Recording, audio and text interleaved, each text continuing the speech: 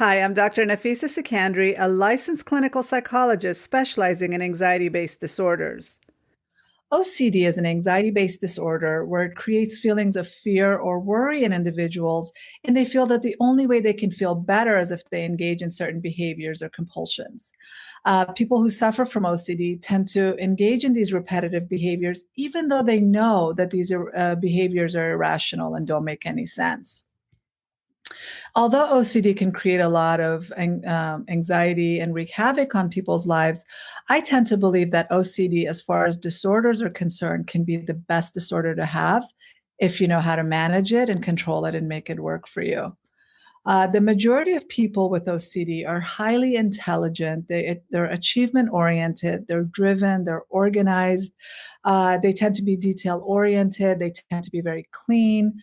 But also many of the common fears associated with OCD are things that society actually rewards, such as being the cleanliness and being healthy or being in control.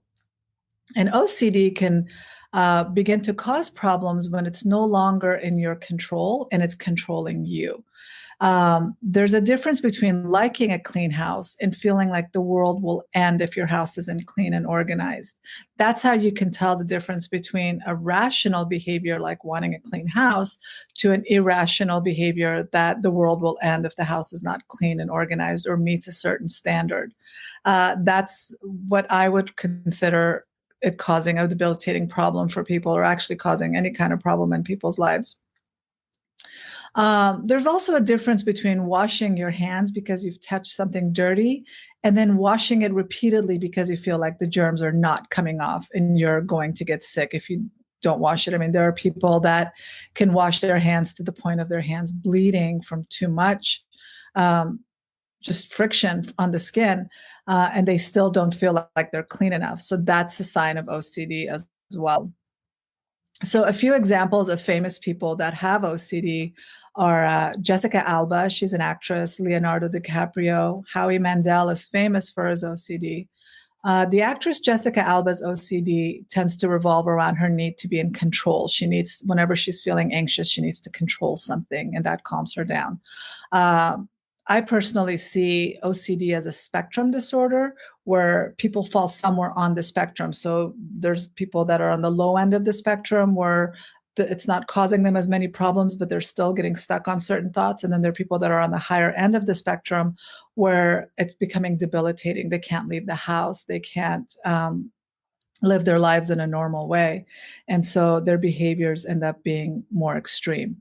The people on the highest end of the spectrum end up behaving like Jack Nicholson in the movie As Good as It Gets. If you haven't seen that movie and you happen to have OCD, I highly recommend it just so that you can see how extreme it can get if it's not under control and not managed properly. And then for people on the high end, OCD can become debilitating and restricting, where people end up living very limited lives. Like for Jack Nicholson in the movie, he can only go to a certain restaurant to eat. He can only do certain things. He doesn't like to leave his house that often. He can only talk to certain people. He gets really anxious around people, and his life becomes very limited. So, and these people can be they tend to be overly controlled by their anxiety, and they feel powerless with it. Other people can be functional and still go to work and have relationships, but OCD ends up creating problems for them. And for example, Cameron Diaz is another famous person. She's an actress, and her OCD doesn't stop her necessarily from acting or living her life and having relationships, but she tends to have an extreme fear of germs, and she won't touch doorknobs. I mean, I know a lot of people, when they think of OCD, they think of people that are afraid to touch doorknobs. They have to check locks repeatedly. They have to make sure that the lights are off or the stove is off. And so that's an extreme end of OCD for some people. They're struggling more with managing it. Howie Mandel is famous for his fear of germs and also known to wash his hands frequently. So he's always talking about how he is afraid to touch hands, afraid to wash. He's constantly washing his hands because his OCD gets in the way. And Katy Perry has to brush her teeth over 4 to 6 times. Although we can all agree that it's great to brush your teeth, and it's good oral hygiene to be that clean and floss and brush your teeth. But even the ADA, the American Dental Association, would agree that 4 to 6 times in a day is excessive. So that's where her OCD gets in the way. Another famous person that has OCD is Justin Timberlake. He tends to be very organized and will only allow certain foods to be in his refrigerator.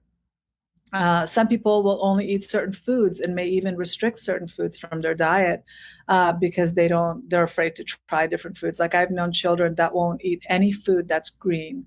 It's taken me a lot to actually get some kids to even try peas or avocados, but for some reason they have this block in their mind that they can't eat any foods that are green.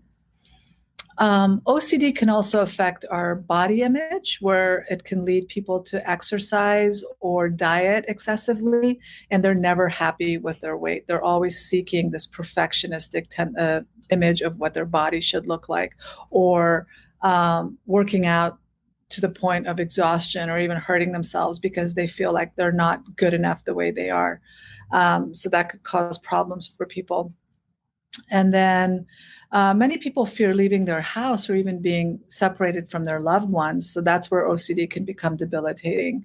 And one thing that I've noticed about OCD in my practice, and I've been working with a lot of people that struggle with obsessive compulsive disorder, is it tends to be highly genetic. I can usually pinpoint like who has the OCD in the family. Like if a family brings a child in, I can ask who in your family has OCD, and they can pinpoint, oh, my grandmother has it, or my mom has it, or my aunt has it, or my sister has it.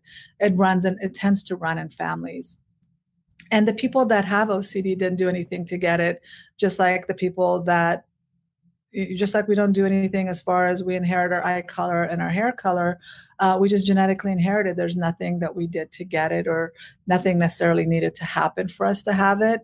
Our parents didn't necessarily have to do anything for us to get it. It's just genetically passed on.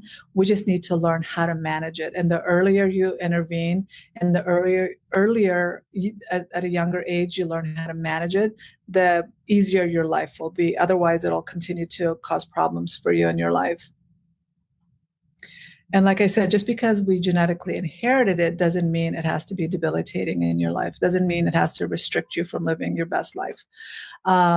People can have OCD and have led healthy and normal lives while having OCD. And after learning how to manage it, and OCD can be wonderful and beneficial if we know what to do with it and how to manage it and control it, and not allow it to control our lives.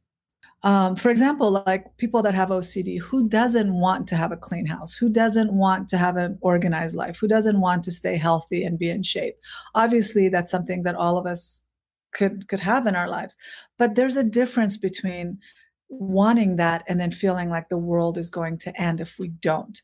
So there are people that will get extremely anxious and extremely upset and worried if their house isn't clean to a certain level, if they haven't met a certain standard. I've known people that have freaked out and cried excessively for even getting an A- on a test because it wasn't an A+. So the difference is when you're in control of your OCD, you're choosing to have a clean house or to get good grades or to be organized. But people that suffer from OCD are not in control, and their OCD is controlling them, where they feel like if those things are not happening, then the world's going to end or something bad's going to happen. So that's what's propelling them. It's driven by anxiety. That need is driven by anxiety. It's not necessarily a choice at that point. And my goal with my patients is to get them to a point where they're choosing those things as opposed to allowing it to control them. So OCD is very manageable, but it's not always easy or simple to do this by yourself. You do need to get you do need help to get back control of your life and to get control of your OCD. Sometimes it doesn't make sense to go about it by yourself.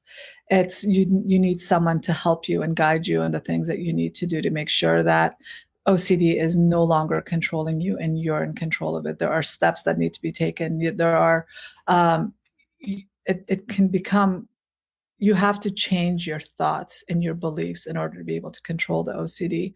And so doing it alone will be very, very difficult. I would highly recommend working with somebody or finding support in getting and managing anxiety and OCD. If you're enjoying the Mental Health Break podcast, please don't forget to subscribe so you'll always know when there's a new episode. If you're listening on Apple Podcast, be sure to give us a review or 5-star rating since that'll help others find the podcast.